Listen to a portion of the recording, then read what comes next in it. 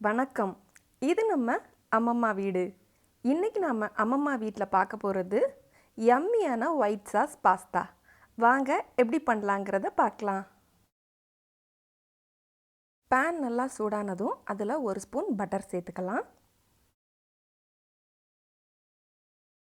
Butter நல்லா உருகுனதும் அது கூட 4-5 பூண்டு பொடியாக நறுக்குனதை சேர்த்துடலாம். பூண்டை பட்டரோடு சேர்த்து வதக்க ஆரம்பிக்கலாம். அது நல்லா இந்த மாதிரி பொன்னிறம் ஆகிற வரைக்கும் வதக்கிக்கலாம். இப்போ இது கூட நீளமாக கட் பண்ண கேரட் 2, கேப்சிகம் பாதி, அப்புறம் கார்ன் 1/2 கப் எல்லாத்தையும் பட்டரில் ஒன்றா சேர்த்து நல்லா வதக்க ஆரம்பிக்கலாம். உங்கள் வீட்டில் என்ன காய் இருக்கோ அதை வச்சு கூட நம்ம இதை செஞ்சுக்கலாம்.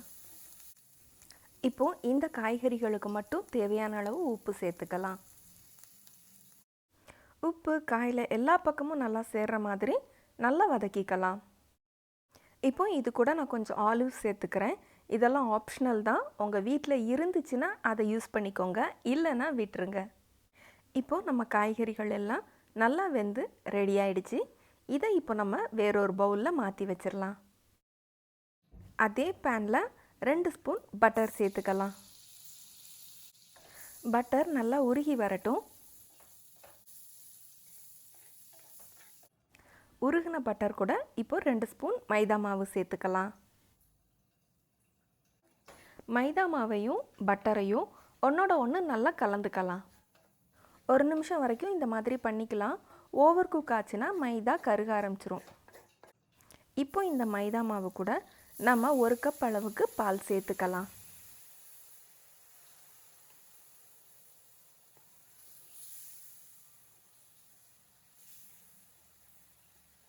கட்டிகள் எதுவும் இல்லாதபடி மைதாவையும் பாலையும் நல்லா கலந்துக்கலாம்.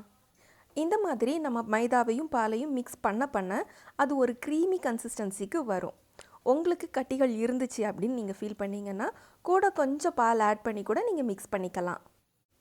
பார்த்தீங்களா, எல்லா கட்டிகளும் கரைஞ்சிடுச்சு. இப்போ இது நல்ல ஒரு க்ரீமி கன்சிஸ்டன்சிக்கும் வந்துடுச்சு. இப்போ இது கூட நாம் இன்னும் 1/2 கப் பால் சேர்த்துக்கலாம்.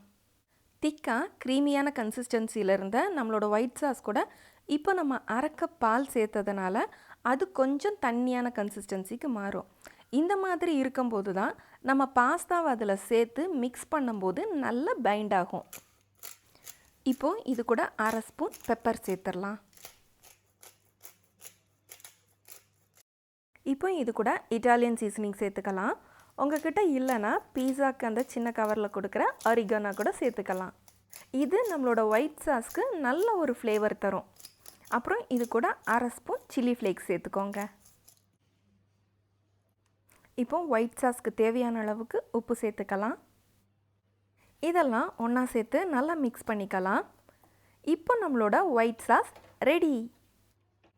இப்போ இந்த ஒயிட் சாஸ் கூட நம்ம ஏற்கனவே வதக்கி வச்சுருந்த காய்கறிகளை சேர்த்துடலாம். காய்கறிகளையும் ஒயிட் சாஸையும் ஒன்றா நல்லா கலந்துக்கலாம். இன்னும் பாஸ்தா மட்டும்தான் ஆட் பண்ணணும். வாங்க அதையும் ரெடி பண்ணிடலாம். ஒரு பாத்திரத்தில் பாஸ்தா வேகிறதுக்கு தேவையான அளவு தண்ணி சேர்த்துக்கலாம்.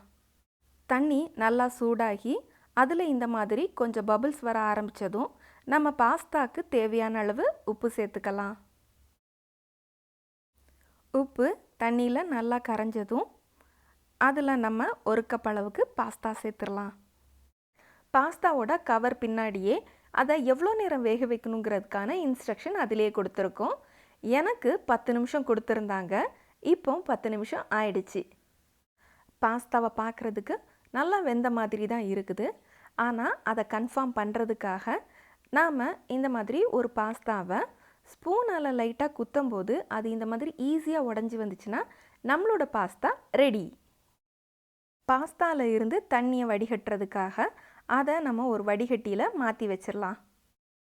பாஸ்தா ஒன்றோடு ஒன்று ஒட்டாமல் இருக்கிறதுக்காக கொஞ்சமாக அதில் எண்ணெய் சேர்த்துக்கலாம்.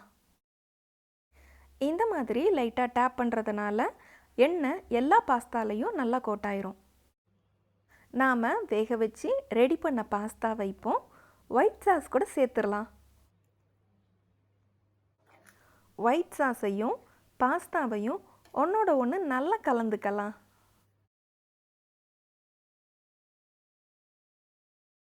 இப்போ இதில் சீஸை கொஞ்சம் துருவிக்கலாம். பார்க்குறதுக்கே ரொம்ப டெம்ப்டிங்காக இருக்குது. நம்மளோட யம்மியான ஒயிட் சாஸ் பாஸ்தா இப்போ ரெடி. இந்த ஒயிட் சாஸ் பாஸ்தா ரெசிபி உங்களுக்கு பிடிச்சிருந்துச்சுன்னா அம்மம்மா வீடு சேனலை சப்ஸ்கிரைப் பண்ணுங்கள். இந்த வீடியோவை லைக் பண்ணி உங்கள் ஃப்ரெண்ட்ஸ் அண்ட் ஃபேமிலிக்கு ஷேர் பண்ணுங்கள். நன்றி.